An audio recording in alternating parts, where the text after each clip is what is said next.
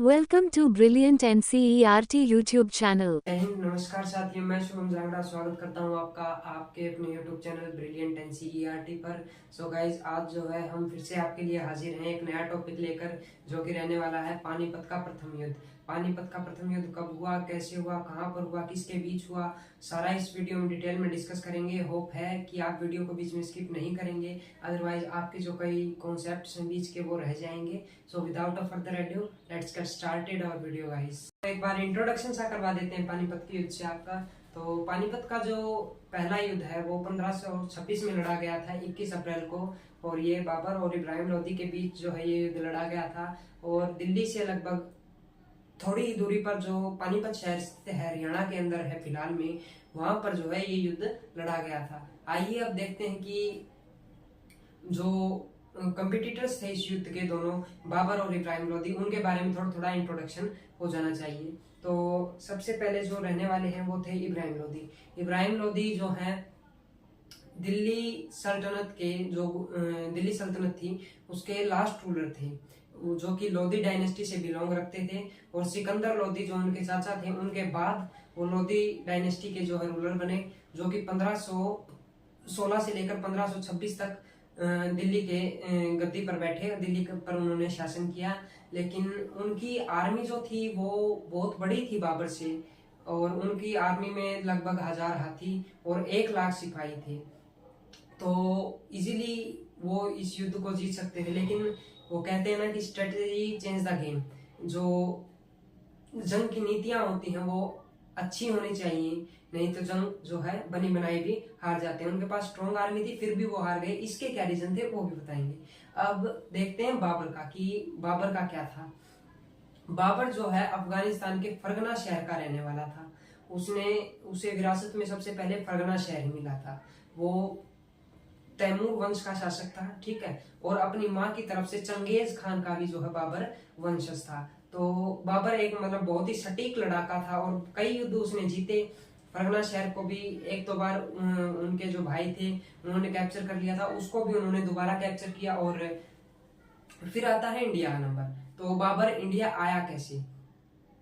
तो बाबर को पता चला कि इंडिया में बहुत वेल्थ है, बहुत पैसा है, और मतलब वो जगह भी अच्छी है। इंडिया की location according to strategy, according to trade, India सब चीजों में आगे था। तो उसने सोचा कि चलो क्यों ना दिल्ली पर कब्जा किया जाए। तो उसने प्लान बनाया कि मैं दिल्ली पर हमला करूंगा इंडिया के अंदर, क्योंकि दिल्ली जो है सेंटर माना जाता है इंडिया का। और बाबर ने अच्छी स्ट्रेटेजी बनाई कि चलो इंडिया पर अटैक करते हैं। तो 21 अप्रैल 1526 को बाबर पहुंचा पानीपत। बाबर के पास थे 10,000 सिपाही, और उसमें से 1000 जो थे उनके पास बंदूक वाले सिपाही भी थे। और उनके पास मतलब एक ऐसी चीज थी कि जो मे भी इंडिया में इंट्रोड्यूस अब तक नहीं हुई थी, और वो थी चलती फिरती तोपें। चलती फिरती तोपों का मतलब क्या है कि वो इजीली ट्रैवल कर सकती थी, ठीक है, एक जगह से दूसरी जगह पर। इंडिया में बारूद का ज्ञान तो था उस टाइम पे, पर इतना डेवलप नहीं था कि इंडिया में चलती फिरती तोप जो थी आज तक डेवलप नहीं हो पाई थी। और इसी कारण जो है इब्राहिम लोदी कहीं ना कहीं पीछे रह गई इस युद्ध में, ओवर कॉन्फिडेंस के कारण कि क्या है 11,000 की सेना है, इजीली हार जाएगी। लेकिन नहीं, स्ट्रेटेजिक इंपॉर्टेंस बाबर की अच्छी थी, स्ट्रेटेजी उन्होंने अच्छी बनाई और ऐसी जगह पे घेराव किया कि इब्राहिम लोदी इजीली हार जाए। तो उन्होंने स्ट्रेटेजी बनाई कि चलो पानीपत में चल के युद्ध करेंगे। और पानीपत शहर में उन्होंने इस तरह से घेराबंदी की कि पहले रखा अपने बंदूक वाले सिपाहियों को। पहले बंदूक वाले सिपाही थे, उनके पीछे तीरंदाज थे।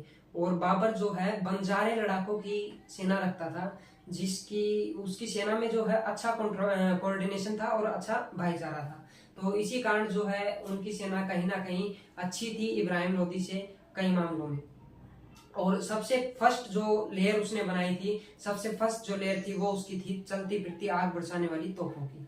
तो इब्राहिम लोदी जब लड़ने आया तो उन्होंने क्या किया, युद्ध उनके बीच में जब शुरू हुआ था तो सबसे पहले जो हाथी थे उनके वो आगे थे। और बाबर ने जैसे ही तोप चलाने का आदेश दिया तो जो वो तोप चली, और तोप चलने के बाद जो उनके हाथी थे वो हड़बड़ा गए।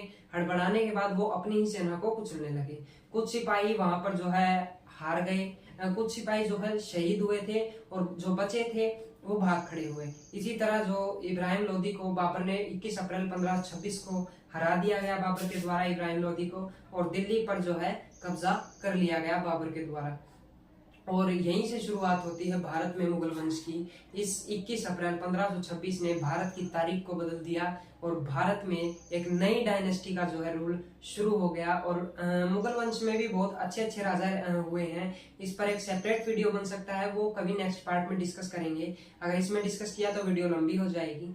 और इसी तरह से बाबर जो है अपनी स्ट्रेटेजिक इंपॉर्टेंस के कारण जो है जीत गया और इब्राहिम लोदी ओवर कॉन्फिडेंस में हार गया। और इसी तरह से मुगल डायनेस्टी का जो है इंडिया में शुरू होता है 21 अप्रैल 1526 में। लेकिन बाबर जो है ज्यादा दिन इसको सेलिब्रेट नहीं कर पाया अपनी जीत को, क्योंकि 1530 में उसकी मौत हो चुकी थी। और बाबर ने पानीपत के युद्ध के बाद एक युद्ध चंदेरी का भी लड़ा, जिसमें उसने राजपूतों को हराया और बहुत सारे युद्ध लड़े और बहुत सारे जो जगह पर बाबर ने कब्जा किया। और इस तरह से मुगल वंश की भारत में स्थापना हुई। मुगलों ने कनकर किया इंडिया को बहुत ही अच्छे स्ट्रेटेजिक इंपॉर्टेंस के साथ। और बाबर के बाद जो है उनके बेटे हुमायूं ने रेंज संभाली, उसके बाद अकबर ने, फिर जहांगीर ने, फिर शाहजहां, और फिर शाहजहां के बेटे औरंगजेब ने। औरंगजेब के बाद जो है मुगल डायनेस्टी के जो रूलर्स थे वो वीक होते चले गए। और लास्ट मुगल जो थे 1857 में मुगल रूलर थे बहादुर शाह जफर, उनको कनकौर करके बर्मा भेज दिया गया और मुगल रूल का जो है एंड हो गया इंडिया में। सो गाइज ये थी फर्स्ट बैटल ऑफ पानीपत। हमने होप सो कि आपके सारे डाउट्स में भी क्लियर हो गए होंगे। अगर कुछ रहता है तो please comment in the comment section, I will try to answer your comments. And अगर वीडियो अच्छी लगी है तो लाइक करें और शेयर करें और अपने फ्रेंड्स को बोलें कि अच्छा चैनल है, सब्सक्राइब करें। Thank you so much guys for watching.